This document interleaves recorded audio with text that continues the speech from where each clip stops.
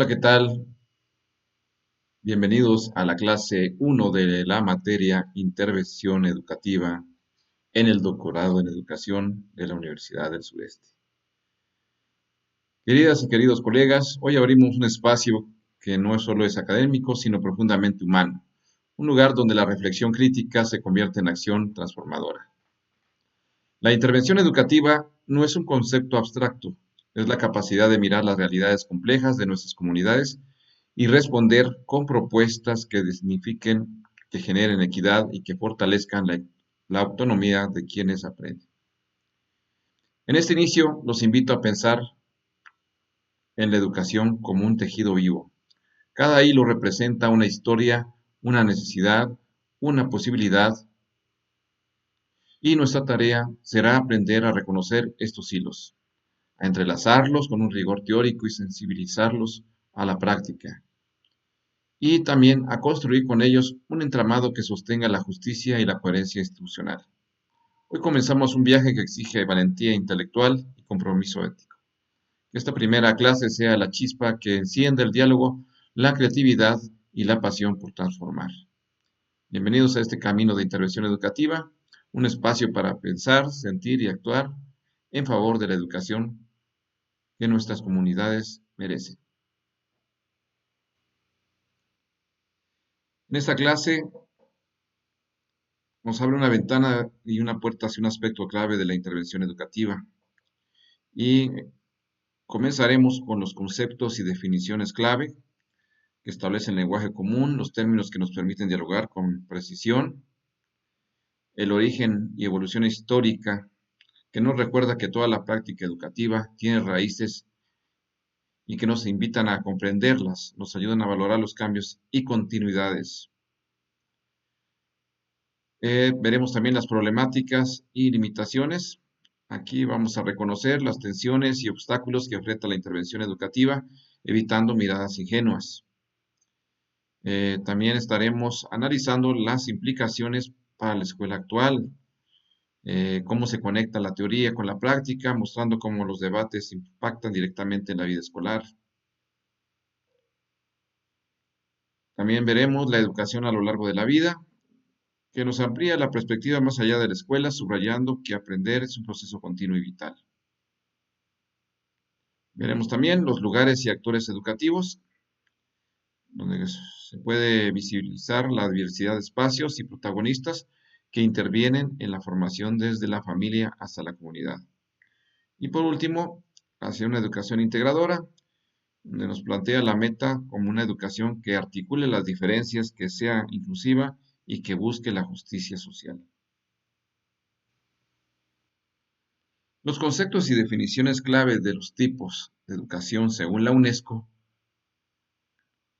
es muy útil para abrir la discusión sobre cómo entendemos y vivimos la educación en distintos contextos. Te lo explico con los ejemplos concretos. La educación formal tiene como definición qué es lo que ocurre dentro de las instituciones reconocidas con planes oficiales y grados académicos. Por ejemplo, un estudiante que cursa la secundaria en la Escuela Secundaria del Estado 2 y sigue un currículo oficial hasta obtener su certificado. La educación no formal. Su definición sería actividades organizadas fuera del sistema escolar oficial diseñadas para aprendizajes específicos. Por ejemplo, talleres de alfabetización para adultos en una comunidad rural, cursos de computación en una biblioteca pública o programas de capacitación laboral ofrecidos por las ONGs. Bueno, ahora plantearemos lo que es educación informal, que su definición es el aprendizaje espontáneo y continuo que surge de la vida cotidiana y sobre todo las experiencias.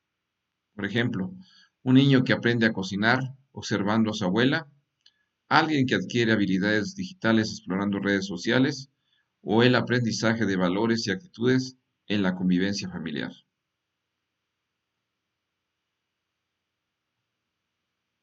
Bueno, esta división es cuestionada porque el término no formal parece restarle valor a experiencias educativas muy significativas. Además, hoy las fronteras son difusas. Por ejemplo, Un curso en línea puede ser formal si se lo ofrece una universidad, no formal si lo organiza una asociación e informal si lo seguimos por curiosidad personal.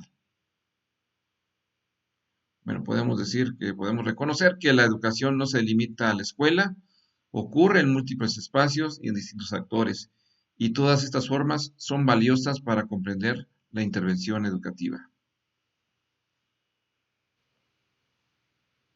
Hablaremos ahora del origen y la evolución histórica.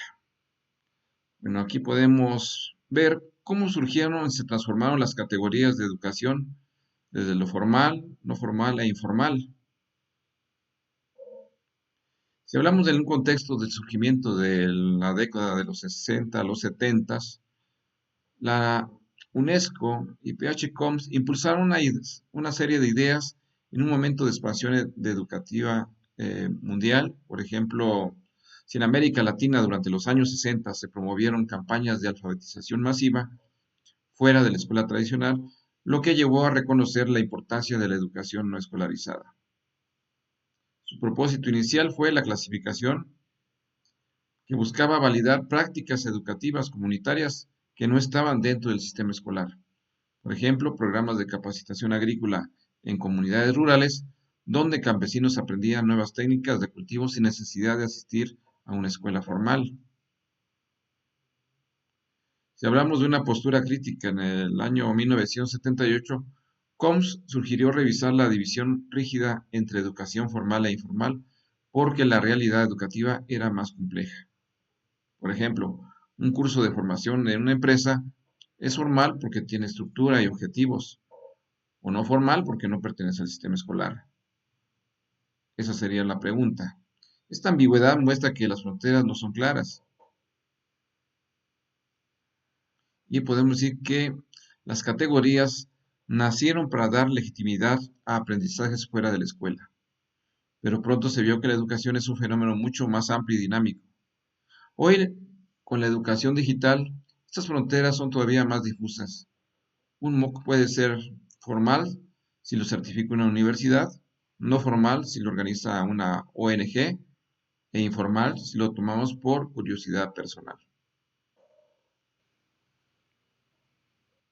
Bien, si hablamos de problemáticas y limitaciones, pues aquí podemos señalar tres grandes obstáculos en la manera en la que se ha clasificado la educación en formal, formal e informal. Vamos a desglosarla con ejemplos para que se entienda mejor. Tenemos una carga semántica negativa.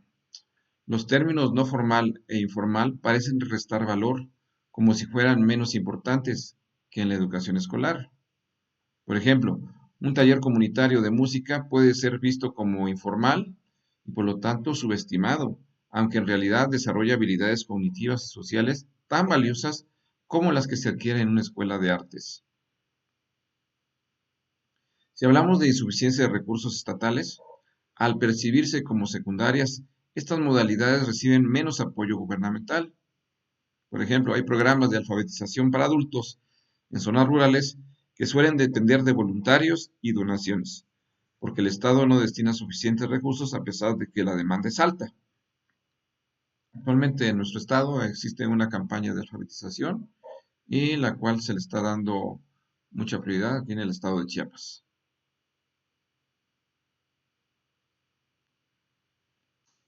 Incapacidad categórica. Las clasificaciones rígidas no logran reflejar la complejidad de las experiencias educativas actuales. Por ejemplo, si un curso en línea de programación es formal porque tiene estructura y certificación, no formal porque le ofrece una empresa privada o informal porque alguien lo sigue por interés personal, la realidad es que combina elementos en todas las categorías. Bueno, podemos reconocer pues que las etiquetas tradicionales no alcanzan para describir la riqueza en la educación contemporánea. La intervención educativa debe de ir más allá de las categorías y valorar cada experiencia según su impacto en la vida de las personas y las comunidades. A todo esto, ¿qué implicaciones para la escuela no tiene para la escuela actual? Pues nos invita a reflexionar sobre cómo las categorías de educación y sus limitaciones repercuten directamente en la vida escolar contemporánea. Por ejemplo, Hablar de obsolescencia formal, la escuela tradicional con currículos rígidos y desconectados de la realidad comunitaria se vuelve obsoleta. Por ejemplo, un plan de estudios que enseña matemáticas con problemas abstractos sin relacionarlos con la economía local o las necesidades cotidianas de los estudiantes, esto genera desinterés y poca aplicabilidad.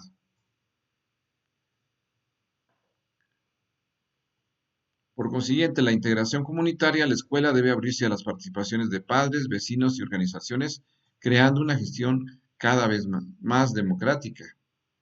Una secundaria que invita a artesanos locales a enseñar oficios o que organiza proyectos de huertos escolares con apoyo de la comunidad, así como los aprendizajes de estos, se van vinculando con la vida real y fortalecen la identidad colectiva. Algunas propuestas de Duarte en el 2003 plantea que la escuela debe ser permeable a iniciativas externas y convertirse en un punto de encuentro social. Por ejemplo, una institución que abre los espacios para actividades culturales, talleres comunitarios o reuniones vecinales, consolidándose como un centro de convivencia y aprendizaje más allá de lo académico. La escuela actual no puede seguir aislada, necesita romper barreras, integrar a la comunidad y actualizar sus contenidos. Hablar de educación a lo largo de la vida se basa en un enfoque de Delors en 1996, que concibe la educación como un proceso permanentemente multidimensional.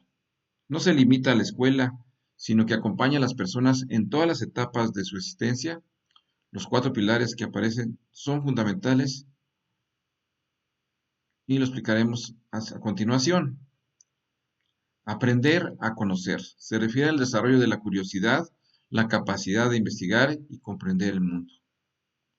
Por ejemplo, un adulto que decide estudiar historia local para entender mejor la identidad de su comunidad, o un estudiante que aprende a usar fuentes digitales para investigar un tema científico.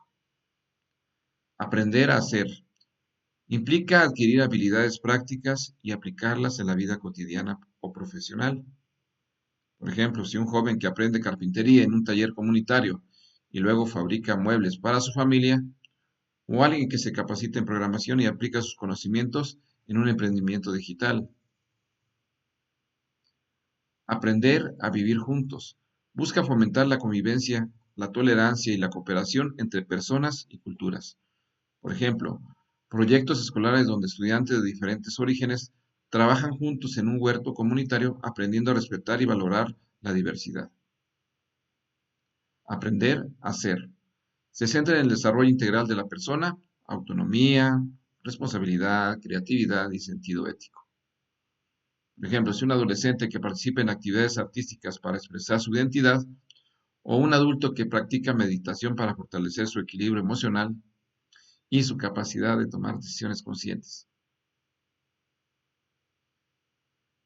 Bueno, pues podemos decir que la educación no termina con un título académico, es un proceso continuo que nos ayuda a crecer como individuos y como sociedad.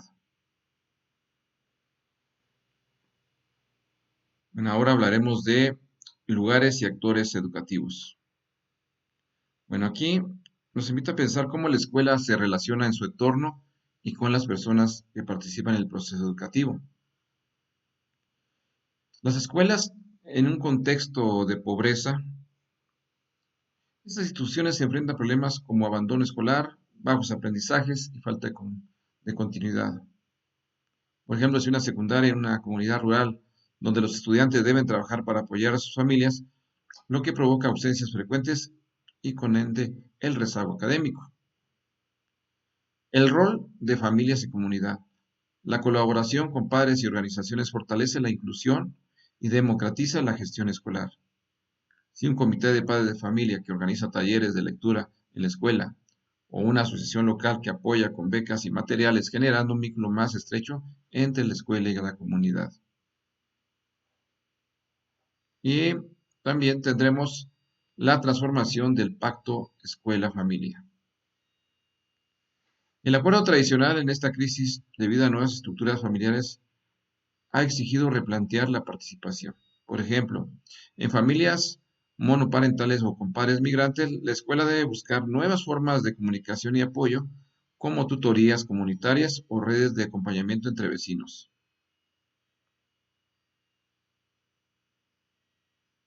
La educación no ocurre solo dentro del aula. Los contextos sociales, las familias y las comunidades son actores fundamentales. La intervención educativa debe reconocer entre esas realidades para diseñar estrategias que respondan a la diversidad y fortalezcan la equidad. Bien, cerraremos con lo siguiente, hacia una educación integradora. Pues acá se plantean tres ejes fundamentales para transformar la manera en que entendemos y practicamos la educación. Comenzaremos con la revalorización de experiencias. Se trata de reconocer el valor de la educación no formal e informal como parte del aprendizaje permanente. Si un grupo de mujeres que aprenden técnicas de bordado tradicional en la comunidad, aunque no sea parte del currículo oficial, este saber fortalece las identidades culturales y genera oportunidades económicas. Democratización de la gestión. Implica abrir la escuela en la participación activa de padres, vecinos y organizaciones, creando modelos más inclusivos. Por ejemplo, una primaria que organiza un consejo escolar donde participan docentes, estudiantes y padres para decidir proyectos comunitarios como la creación de un huerto escolar o actividades culturales. Sinergias para la equidad. Busca articular esfuerzos entre escuelas y familias, así como la comunidad para reducir desigualdades. Por ejemplo, si en una colonia urbana marginada la escuela se coordina con las asociaciones civiles para ofrecer tutorías gratuitas y apoyo alimentario, garantizará que los estudiantes tengan condiciones mínimas para aprender. Bien, una educación integradora no se limita en transmitir contenidos, sino que construye un ecosistema donde distintos actores colaboran para garantizar justicia y equidad. Es una invitación a que la escuela deje de ser un espacio aislado y se convierta en un verdadero centro de vida comunitaria. Queridas y queridos colegas, hemos llegado al cierre de nuestra primera sesión en la que exploramos la unidad 1, educación formal, no formal e informal. Hoy dimos los primeros pasos para comprender que la educación no es un espacio único ni exclusivo de la escuela, sino un entramado de experiencias que despliegan múltiples lugares y con diversos actores. Reflexionamos también sobre qué es la educación, descubriendo que más allá de las definiciones académicas se trata de un proceso vital que nos acompaña en cada etapa de existencia. Reconocimos también los lugares donde se educa, la escuela, la familia, la comunidad, los espacios culturales y hasta los entornos digitales, todos ellos con un papel fundamental en la formación de las personas. Este recorrido también nos mostró que la educación formal aporta estructura y certificación, la no formal la flexibilidad y pertinencia y la informal riqueza cotidiana que juntas con estas formas nos revelan que el aprender es un acto continuo, diverso y profundamente humano. Que esta primera clase sea el inicio de un camino de diálogo crítico y creativo, donde cada concepto se convierte en una herramienta para transformar la realidad educativa. Nos despedimos con la certeza de que la intervención educativa comience al reconocer la pluralidad de espacios y voces que hacen posible la educación. Hasta nuestro próximo encuentro, sigamos pensando, sintiendo y actuando en favor de una educación más justa, inclusiva y significativa. Muchísimas gracias por ver el video. Cualquier duda, comentario, como siempre, estaremos pendientes.